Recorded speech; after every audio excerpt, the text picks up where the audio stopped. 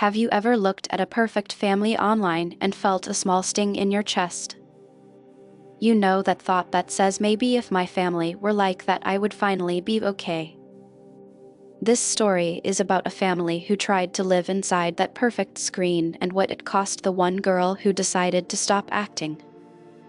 If you stay with me to the end, you may start to look at every perfect post in a very different way. It starts on a school night that is not really about school at all. A 15-year-old girl named Mia sits on the floor of her room with her back against the bed and her phone in her hand.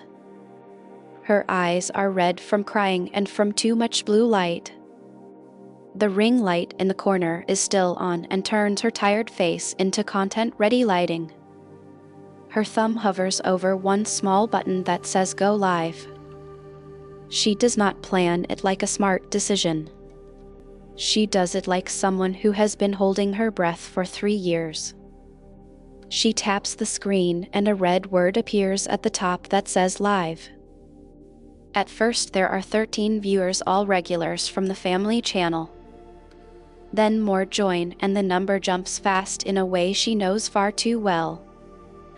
The chat fills with excited lines because people think this is a surprise bonus episode. Hey. Her voice cracks on that one simple word, but she does not stop the stream. She stares at the camera like she is looking down the barrel of her own life.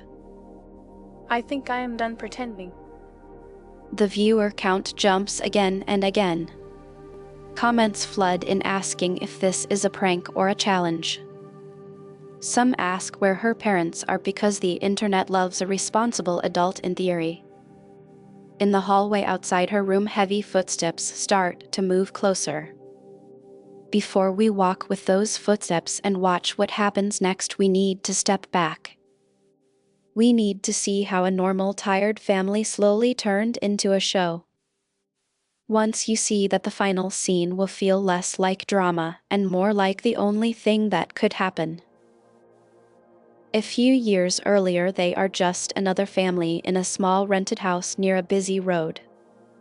The father, Mark, works in sales and carries his stress in his jaw and in his late-night emails. The mother, Lauren, works 2 part-time jobs and also does all the invisible work that never shows on a paycheck. Mia is quiet and likes stories and art more than photos. Her little brother, Noah, is 10 and still laughs with his whole body. Money is always a little short and the word "someday" floats around the house like a weak air freshener. Someday when the raise comes. Someday when the debt is smaller. Someday when everything finally calms down. On one of those ordinary days, Lauren films a small family birthday for Noah on her phone. The kitchen is messy and the cake tilts to one side. The song is out of tune, but they are all actually smiling. Later that night, she uploads the video to a new channel with a silly name and no real plan. She goes to bed thinking maybe 5 people will ever watch it. The internet does what it sometimes does when it is bored and hungry. It picks a random moment and decides to love it. The video gets shared and recommended and shown to strangers who are lying awake and scrolling. Comments start to appear about how wholesome and real this family is. In the morning, there are thousands of views and a small number next to the money symbol that makes Mark blink. Are you seeing this? I thought it was a glitch. They laugh at first and talk about it as a weird little blessing from the algorithm. But numbers on a screen are powerful when the fridge makes a strange noise and the car payment is late. Mark takes a photo of the analytics page like it is proof that the universe has not fully given up on them. That night, he brings out an old whiteboard he used in sales training. What if we tried this seriously? Lauren looks tired but also tempted. You mean like actual videos? We already made one without trying. He draws a grid with days of the week and simple video ideas. Morning routine. Family game night. Easy recipes. He writes one more heading at the top that says rules. No fighting on camera. No talking about money or problems. We are the Happy Family channel now. They all laugh and sign the edge of the board with fake serious faces. It feels like a game. It does not feel like the start of a contract with an invisible crowd. The first planned video is a simple morning routine. The alarm goes off. Everyone pretends to wake up fresh even though they already did this once without recording. Mia makes toast she does not want to eat and pours cereal twice because the first bowl did not look fun enough. Noah spills milk for real, but it turns into a cute moment that they keep in the final cut. When the video goes up, the comments are almost all sugar. People call them goals and say they miss families like this. Every kind word taps on the glass of Mark and Lauren's tired hearts. The second paycheck arrives and is slightly bigger than the first. The whiteboard fills with more ideas. At this point, no one is the villain. They are just four people who suddenly see a door in the wall of their life. They tell themselves they would be stupid not to walk through it. Over the next months, the camera becomes a fifth member of the family. It sits at the table, on the counter, in the car. It is there for first day of school clips and lazy Sunday montages. The channel grows and the house slowly fills with gifted products and more gear. But something else grows too. The gap between their real life and the edited one. The first time the gap feels sharp is on a very bad Tuesday. Mark has had a rough week at work and suspects layoffs are coming. Lauren has been called in to cover extra hours and looks like she could fall asleep standing up. Mia has a test the next day that she is scared about. Noah is just being 10 and making noise. It is not a charming kind of chaos. We still need to shoot the family game night. Can we not do it tonight? The audience expects uploads on Tuesday. Maybe we could skip one. That is how these things die. They film the video. In the raw footage there are sighs and small sharp comments and one short argument about a spilled drink. In the final upload you see only laughter and cheering and a close-up of Noah winning. The fight disappears with one drag of the editing slider. Lauren tells herself she is protecting everyone. Nobody needs to see us tired and snappy.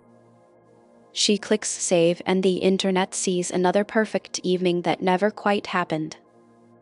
This becomes a pattern. Stressful real moment. Careful framing.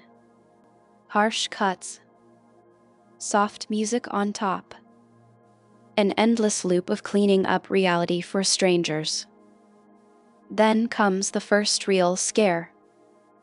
They plan a silly challenge in the backyard with blindfolds and a small obstacle course. The idea is light and stupid and very clickable. During one take, Noah trips over a garden tool that someone forgot to move. He hits the ground hard and lets out a cry that does not sound like content at all. Stop, stop, stop. The camera is still rolling while they crowd around him. There is no music and no sponsored product in sight. There is only fear and guilt. Later the doctor says he is fine with a sprain and some bruises. In the car on the way home nobody talks. The silence is louder than any intro song. We delete that clip and we do not mention this on the channel. People will ask why there is no video. We say he has a cold. And that is what they do. The video becomes a cute baking montage filmed a few days later when everyone can fake a smile again. The comments are full of hearts for Noah's recovery from his pretend illness. Mia feels something twist inside her chest.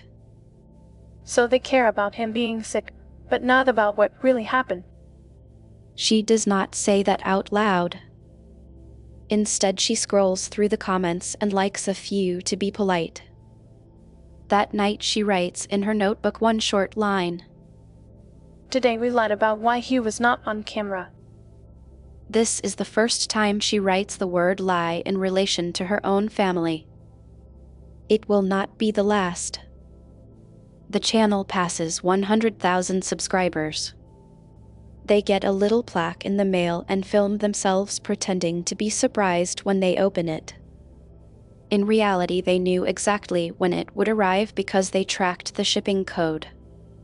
Still, the performance is charming and the numbers keep rising.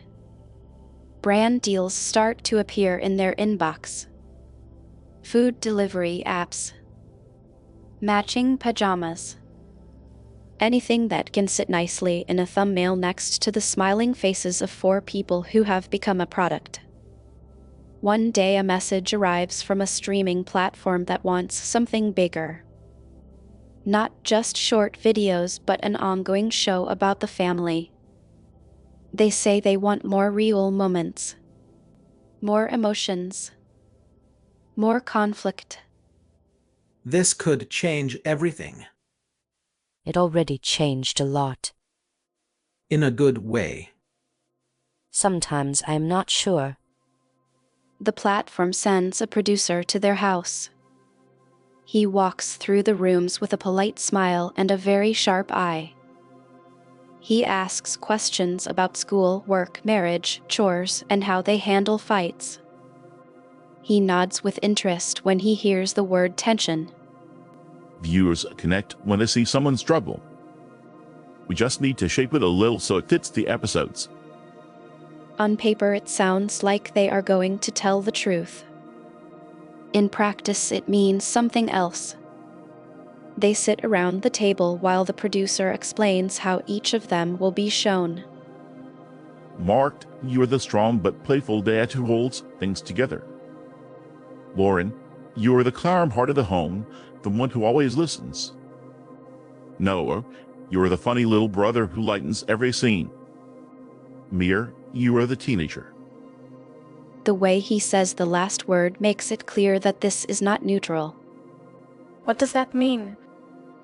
You know, a bit stubborn, a bit moody, sometimes clashing with your parents, but deep down you love them.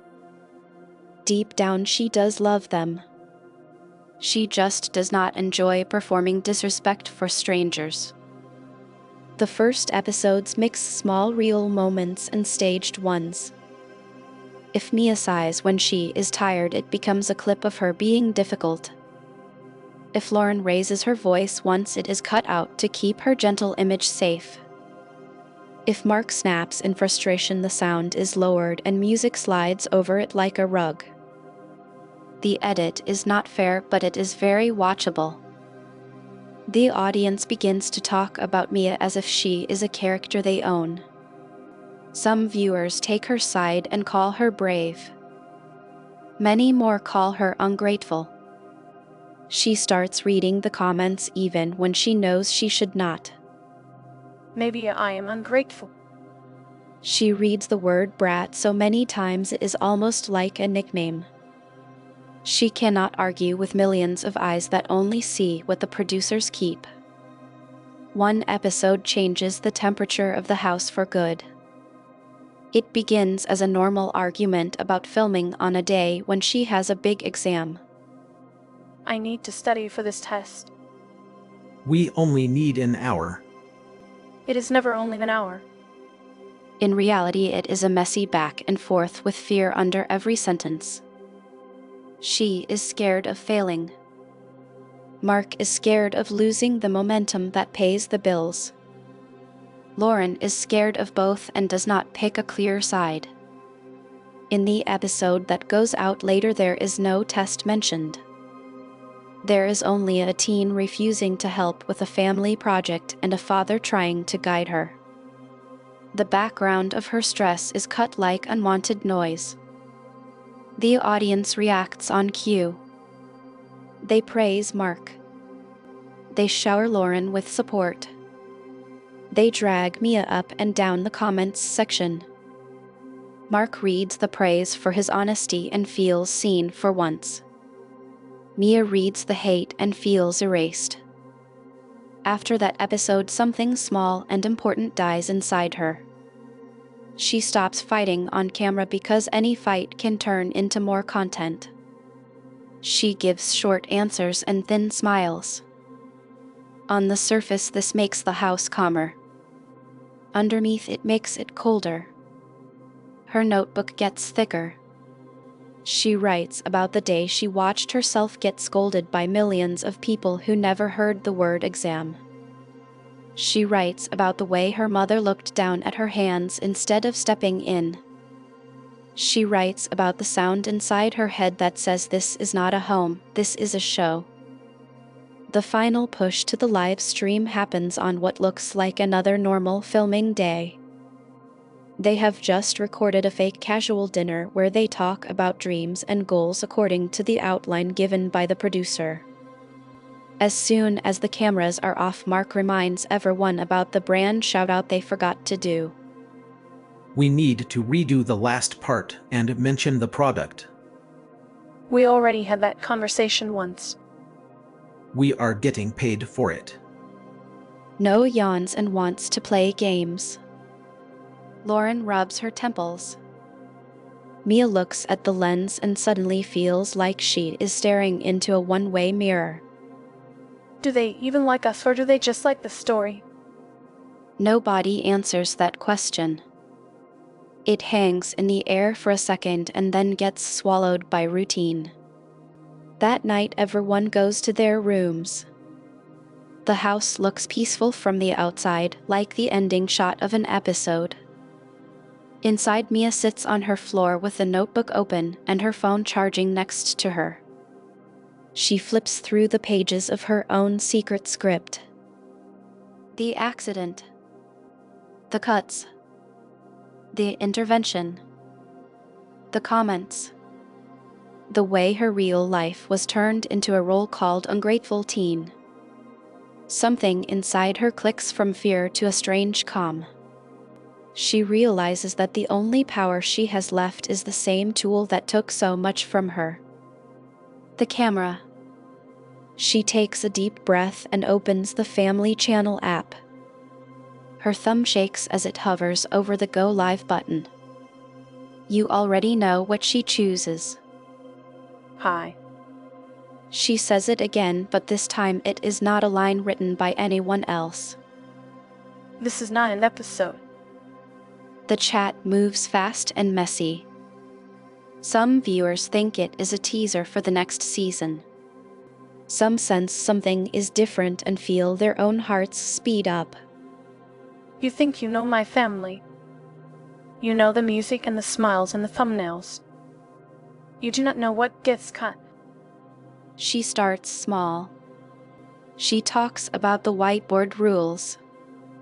About how fights never make it to the final edit unless they are framed as lessons. She describes the day of the accident in the garden and how the story became a cute cold. You sent hearts for a lie that made us all feel sick. The chat splits into groups. Some people deny it and call it clickbait.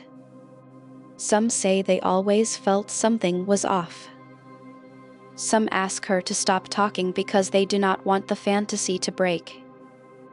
In the hallway, Mark hears her voice and the faint echo of comments coming from behind her door.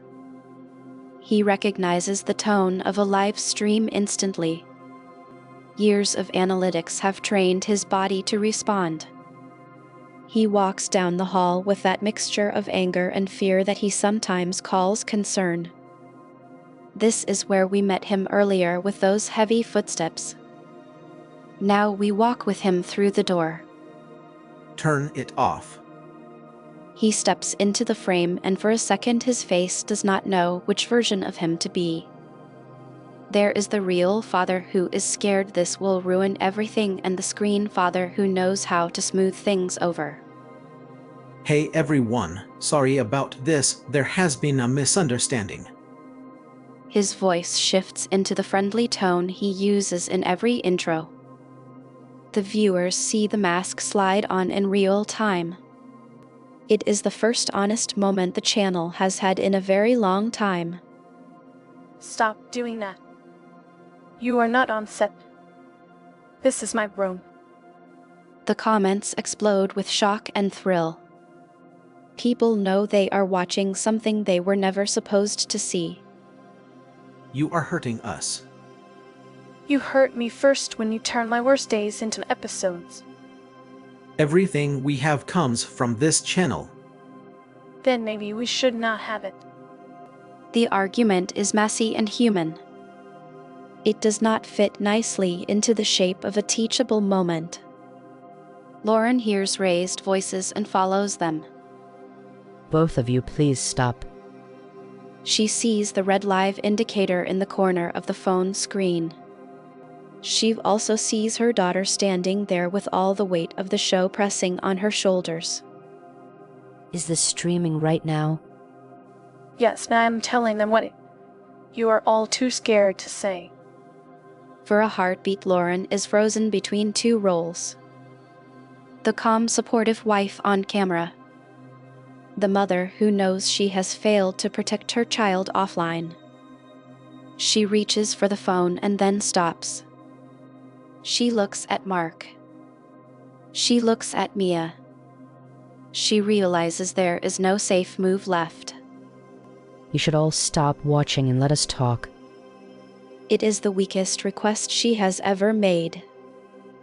Nobody leaves the stream. Mark lunges for the phone and the screen jerks.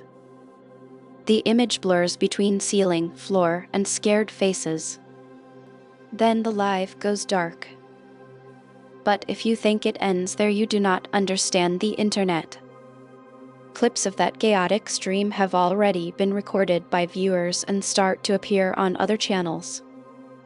People slow the video down and replay it and guess who is right and who is wrong like it is a sport. Brand partners pull back with short, careful statements about values. The platform pauses the show and launches an internal review. The family channel loses monetization on several videos while an automated system decides if it is safe enough. In the house, things go even quieter than before. No filming, no staged laughs, no music. Just 4 people sitting in rooms that feel too big now that the whole world is not watching. They destroyed us. That is how Mark sees it. We gave them everything and they turned on us. We gave them a story that was not real. It is the first time Lauren says this out loud in front of him. We just did what everyone does online. We did it with our children. There is no neat resolution in that moment. They do not hug and forgive in one scene. Real life is slower and more stubborn than that. Lawyers and managers come and go for a while. Contracts are questioned and deals are quietly closed. Some fans send support messages. Others send anger. Many simply move on to the next shiny family on their feed. Months pass and the big house they rented for filming goes away. They move into a smaller place with old walls and no space for a studio. The plaque from the platform ends up in a box under the bed. Money is tight again, but the camera is mostly off. At dinner there are awkward pauses, but there is also room for real answers. One evening Lauren sits across from Mia without any lights or crew. I am sorry that I did not stop it sooner. You were scared too. That is not an excuse. It is still true. Apologies do not change the past, but they make a small space where something else can grow. They start to talk about things that never made it into a script. Fear of debt. Fear of failure. Fear of being ordinary and invisible. That last fear is the one that made them easiest to sell. It is also the one that many people watching this channel know very well. Mia still has her notebook. One day she stops writing only for herself and starts typing on an old laptop. She does not go back to the family channel. She starts a new space with no pictures and no big promises. It is a small audio channel where she tells stories in a calm voice. Stories about kids who are turned into characters. Stories about parents who forget where the show ends. Stories about how hard it is to be real when fake looks easier and pays better. She changes names and details so no one can point and say this is clearly her family. People still guess, but that is no longer the point. The point is that the stories give words to feelings that many others have never been able to say. Some listeners write to her and thank her for putting their life into sentences. Some say they finally understood why they felt so jealous of strangers online. Some say they realized they were doing the same thing to their own kids in smaller ways. Mark does not become a different person overnight. He still misses the rush of numbers. He still sometimes blames the audience in his head. But slowly he begins to see the cost clearly. He watches an old clip where he is laughing with his family. For the first time he notices that he is not actually looking at them in that moment. He is looking at the lens. That small detail breaks something open in him. I do not want to live like that again. He says it late one night to nobody in particular. Lauren hears it from the next room and lets herself feel a little hope. Noah grows older and thankfully remembers more about backyard games than about the injury that became a lie. The family will always have scars, but they are at least their own scars now. And you are still here listening to all of this. So let me gently pull you back to that first question at the start. The one about the perfect family on your screen and the sting in your chest. Next time you feel that sting, I want you to pause for a second. Ask yourself what you are really jealous of. Is it their life? Or is it the clean, edited story that hides all the messy parts? Every perfect post is a frame. Frames always leave something out. Sometimes they leave out the exact pain that would make you understand them. There is nothing wrong with enjoying nice pictures or sweet videos. The danger starts when you start to hate your own life for not looking like someone else's highlight reel. Remember that for every smiling thumbnail there might be a notebook you never see. A notebook full of the parts that did not fit the brand. The parts that hurt. The parts that made them human.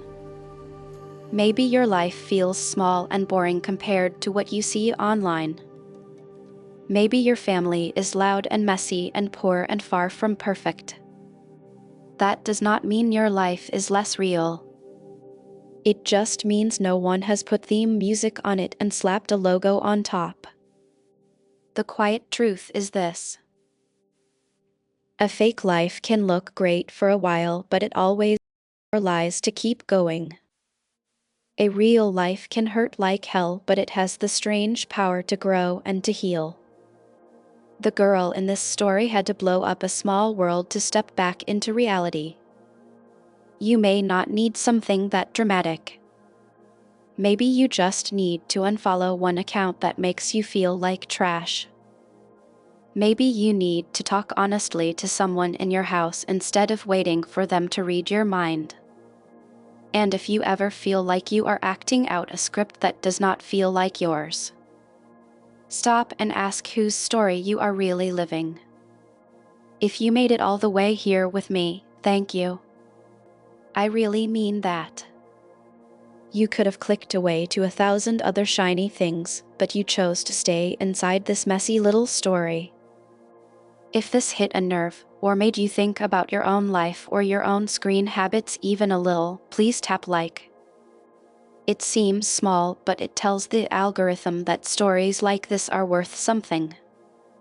If you want more of these human stories with a bit of shadow and a bit of gold, hit subscribe so you do not miss the next one.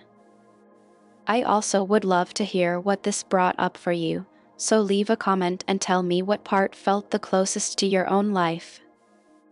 If you want to support this channel a bit more, there is a QR code in the corner of the video and a link in the description where you can send a tip.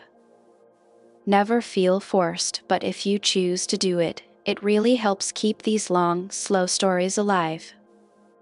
In the description you will also find links to other series on this channel. They are very different stories, but they all try to dig into that same strange mix of pain and beauty that lives inside people. For now, close the app at some point tonight and look around your own real life for a second. That is where your story actually happens. This was Gold and Thorns, and I am really glad you were here. Take care of yourself, and I hope I see you again in the next story.